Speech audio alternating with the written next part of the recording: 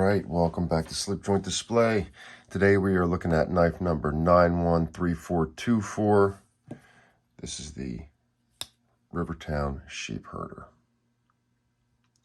So, Great Eastern Cutlery is coming out with the 91s. I picked this up from Boss Steel Blades. This is the second one to come out from what I've seen. From what I've seen, Frank's Classic Knives came out with the first 91.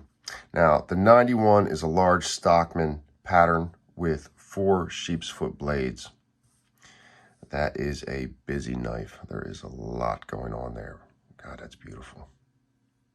So, as far as the pattern is concerned, you're talking 4 sheep's foot blades.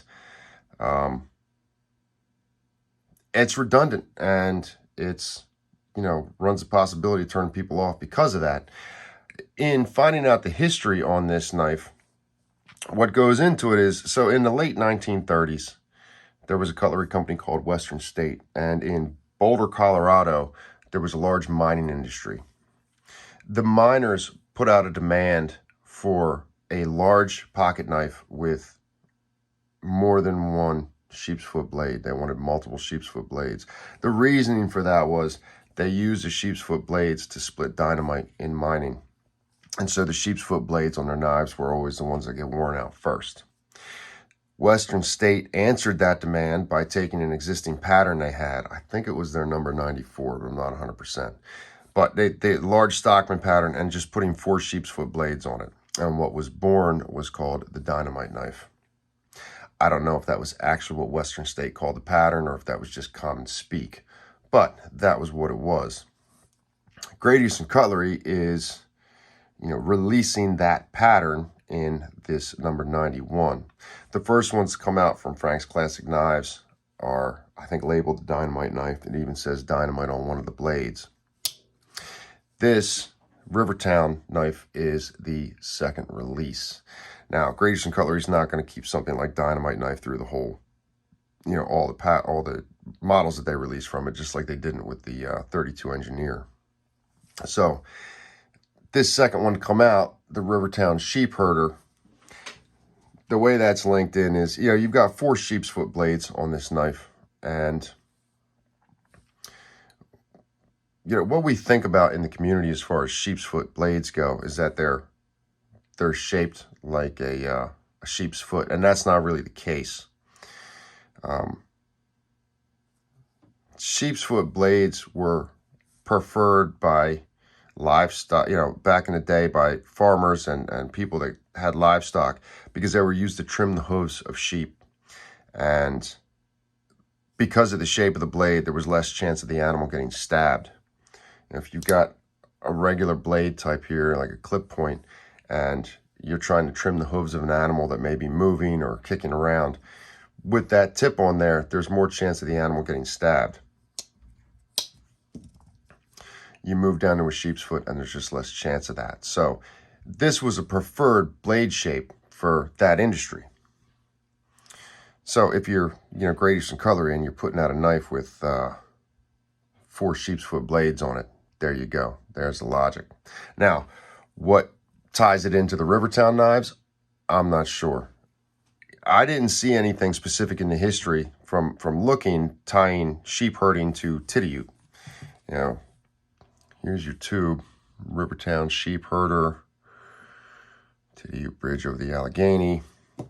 But I will say this, as far as the state of Pennsylvania is concerned, sheep farming is one of their major livestock industries. I mean, there's sheep and a few other animals, but sheep are up there. So maybe that's how it ties in. Here is your pin to go with the knife. So, in getting this large knife Stockman pattern, I was hoping that the action on this would be really heavy. And it's not as heavy as I wish it was. Although, the more I have the knife and play with it and go over it, none of these blades are pinchable, right? It's just not happening. They're all way too tied into each other. You can't put a nail breaking pull on this and have people pinching the blades. So the idea that it's a lighter pull kind of makes sense. And it still has good action. It still has good walk and talk. These two front blades have less pull on them than these back blades. These back blades have better action. Just better snap. They are all cam tangs. So if we look here, you can see that it's rounded there on the tang, as opposed to something with a half stop where it is squared off. So there's your difference, right? So no half stops on this, but the snap is good. I mean, I like it. The utility of this knife is going to be great. I was expecting this to be an ergonomic disaster when I got it, and even seeing it come out, just because there's so much happening here and so many blades. But in getting it and getting it in the hand, mind you, I haven't carried this, I haven't used it a whole bunch, but just in holding the knife, everything kind of sits into the bends of the finger, kind of works out good. The blade is short enough you can really choke up on it for added control.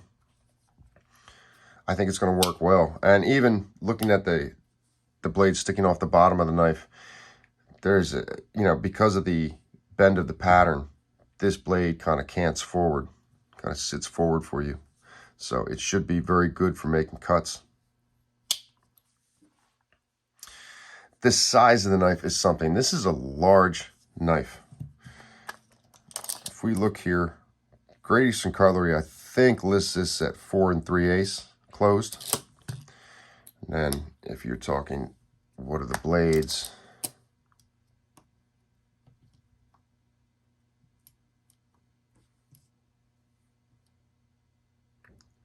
Roughly a 2-inch blade, just under 2-inch cutting edge, and maybe 2.5 total. So small blades on it.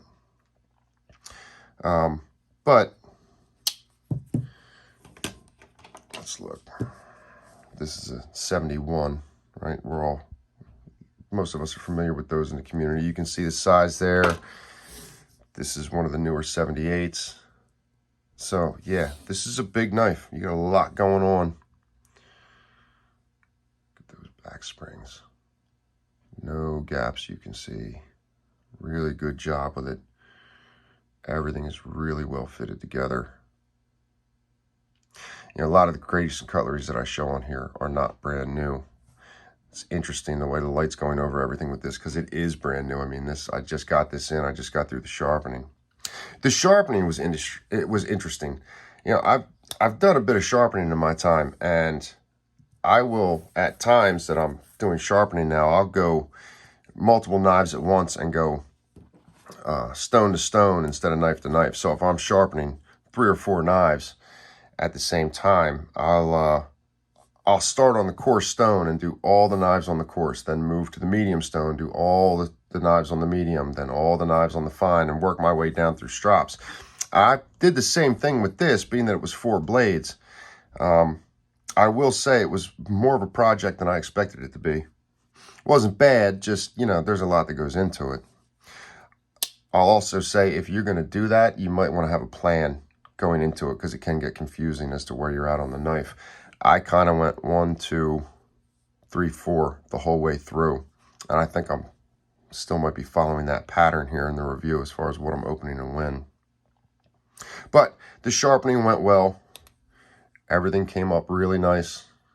I think if you're carrying this from a utility standpoint, it's going to be great. Sheep's foot blades, sheep's foot and Warncliffes are, they're great for utility.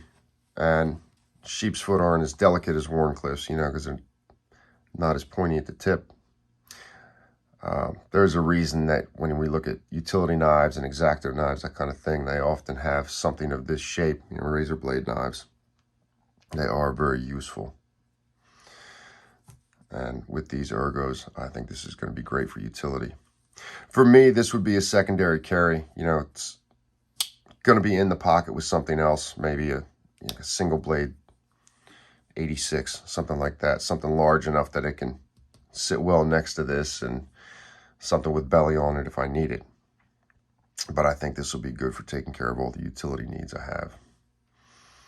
I won't be cutting fruit with it though. The blades are too short, but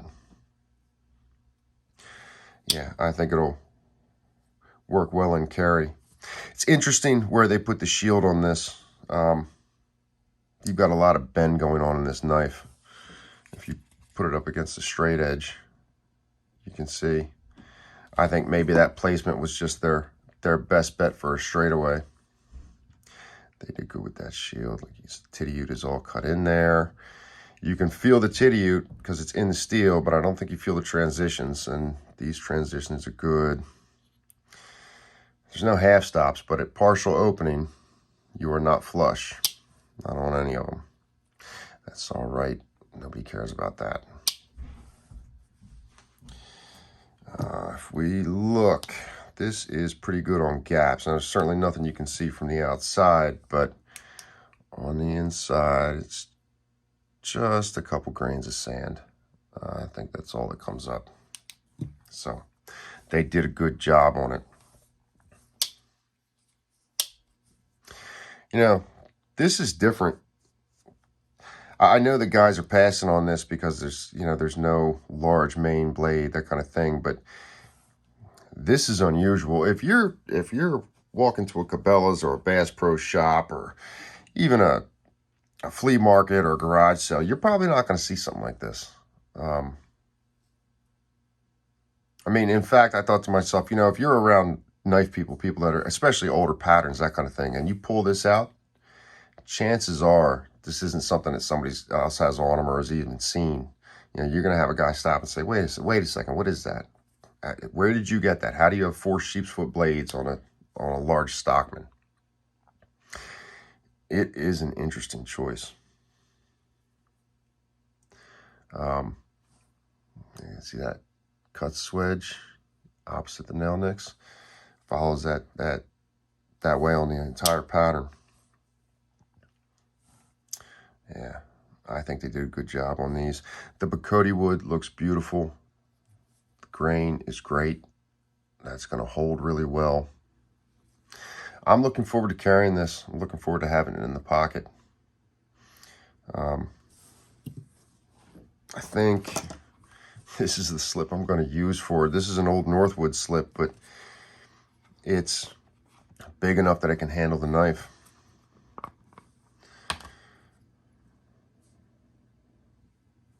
Yeah, a lot happening there.